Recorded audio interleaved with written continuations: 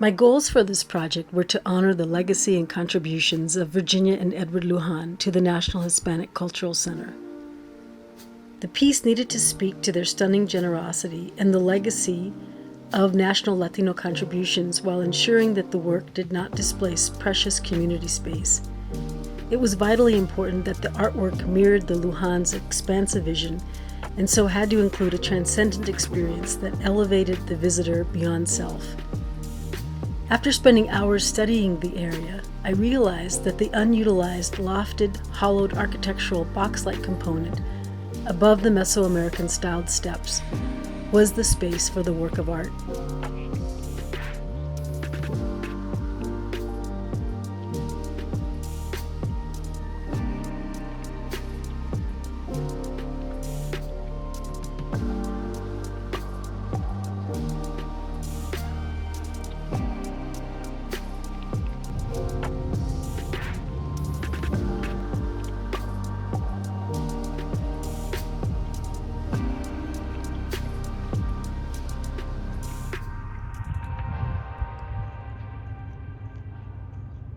The space below the box was easily accessible and revealed an environment with enormous potential for reflection and respite. An intimate exterior sala with a magical opportunity for watching shadow play and cloud movement. The resulting idea was sensitive to the campus's spatial limits and architects Predock and Marquez's vision, while fully enhancing the larger campus by providing an outdoor sala reflecting the personal contributions of the Lujan family.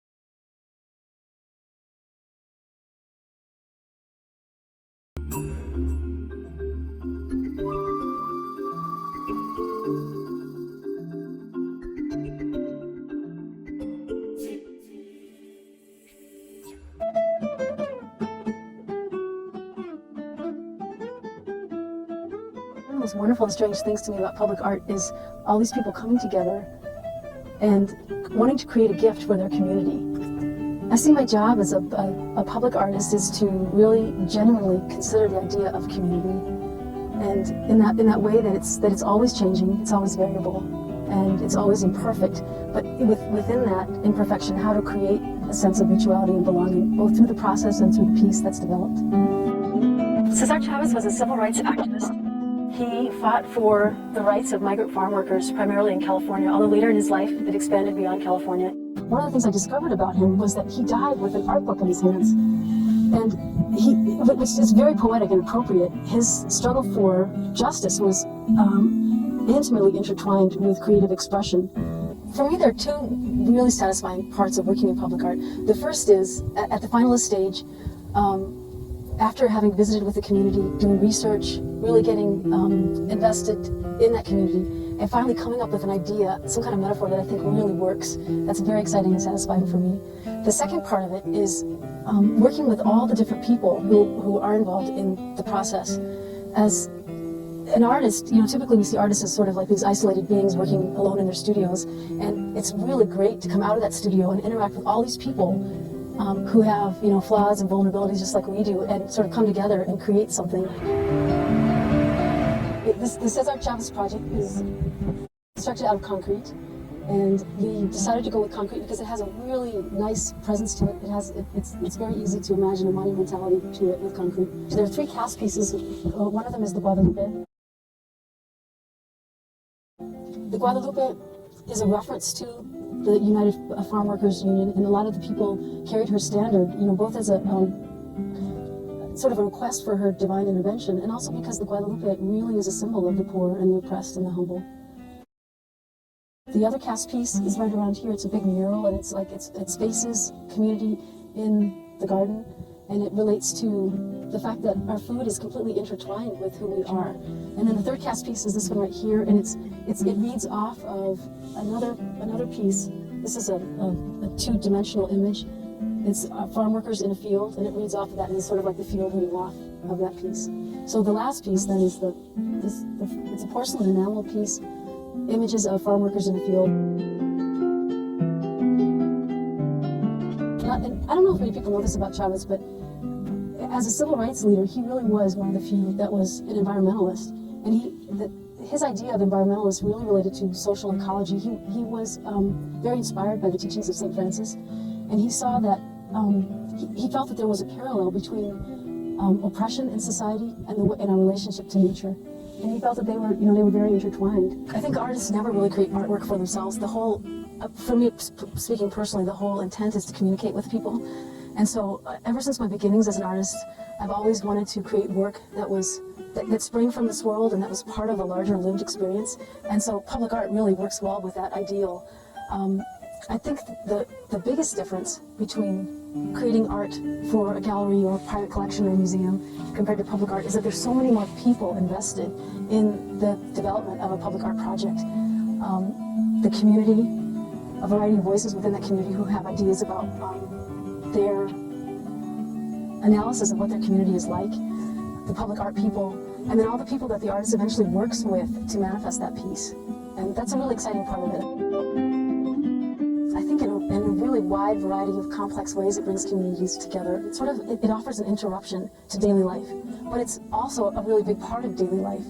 And so what it sort of creates for people is kind of like a coffee shop moment where people are suddenly, they encounter each other in a less rational way, and they become more open to each other and more open for creating a sense of belonging with each other and a sense of mutuality. My hope for the César Chávez Memorial in the city of Albuquerque is that it opens people up to a consideration of recognizing people in our community who we may not all the time and who contribute in a really deep way, in a daily way.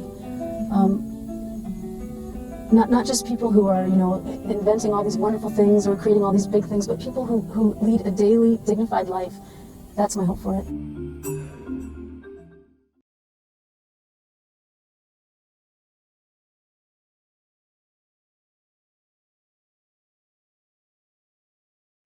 Thank you so much for selecting me as one of the finalists for this important project to tell a unique story about the city of Denver at the site of the Denver Art Museum campus.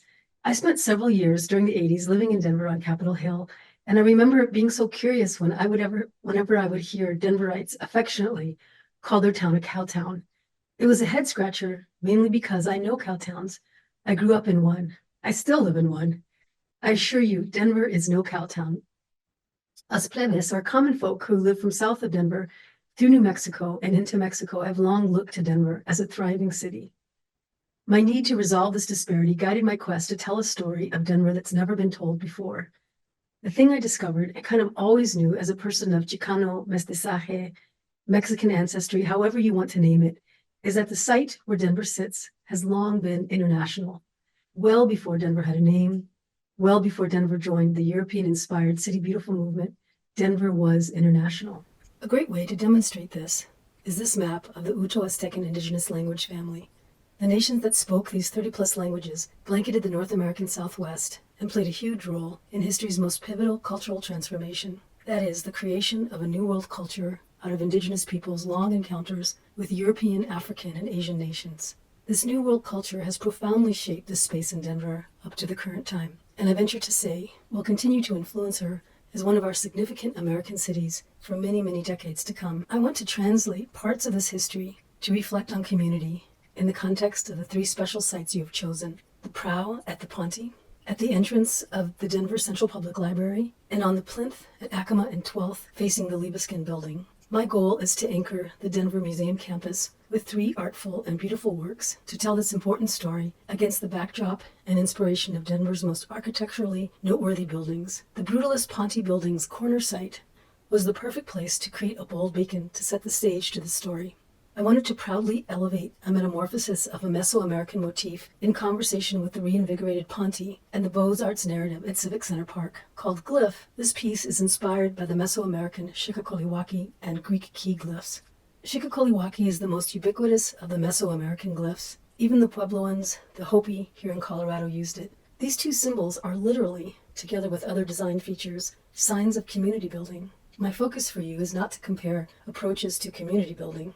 Conceptually, my creative variation of Xicocolehuaque, heightened and face-to-face with the community-oriented neoclassical civic park, creates a perfect opportunity to rethink what it means to belong, what it means to be a healthy community in the American 21st century. This brings us to the second piece of the story. At Denver Central Public Library on Broadway, facing the Denver State Capitol, I wanted to create a beacon that concisely communicated the Indigenous American intersection with the 16th century Columbian exchange. I found it in designing this simple yet poignant piece called X, or X. The X beacon began with learning how to pronounce the Uto-Aztecan Nahuatl word, Xicocolehuaque. 16th century Spanish Jesuit linguists saw that the Nahuatl sh was the same sound as the Latin X of the time. The mystical and historical X fittingly means all are equal in Spanish.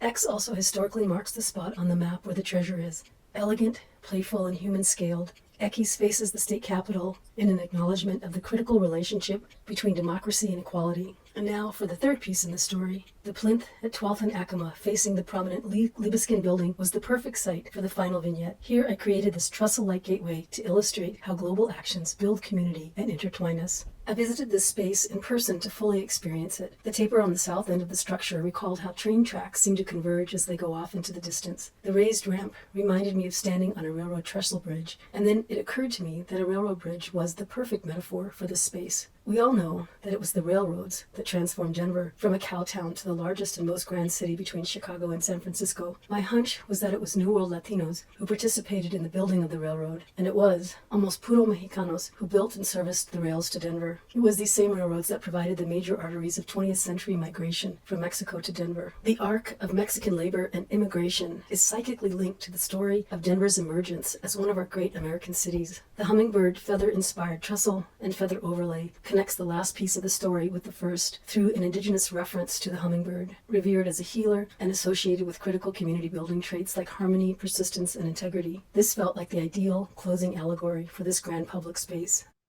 Ponte renovation architect Jorge Cervetti describes the Denver Art Museum campus as an urban puzzle. It is complex. All of Denver is complex and multi-layered.